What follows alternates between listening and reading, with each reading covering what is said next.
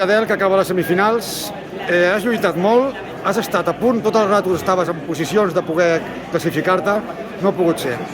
Bueno, no ha pogut ser, la veritat que trist, però bueno, també hem de fer balanç de tota la temporada, ha sigut una temporada molt bona, hem de continuar treballant, la temporada segueix, intentant competir a Berlín, Brussel·les i Eugene i bueno, una llàstima no poder acompanyar en Mario a la final i seguir treballant. Una altra última pregunta sobre les regles de la competició. Estaries tu a favor de que hi haguessin Q minúscules? Com? Estaries a favor de que hi haguessin classificació per temps? No. De cada 6? Espero que mai més sigui així, perquè d'aquesta manera és molt més justa la classificació, simplement que avui ha sigut el component de les caigudes, que ahir a una sèrie van caure 3 persones, es van recalificar i les sèries han quedat una miqueta descompensades degut a que la meva tenia 14 atletes i l'altra tenia 13.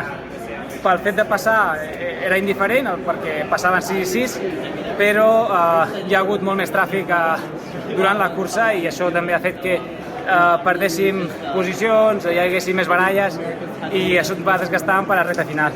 Però bueno, espero que segueixi aquest sistema de qualificació i ara seguir treballant per l'any vinent. Moltes gràcies i molta sort. Moltes gràcies.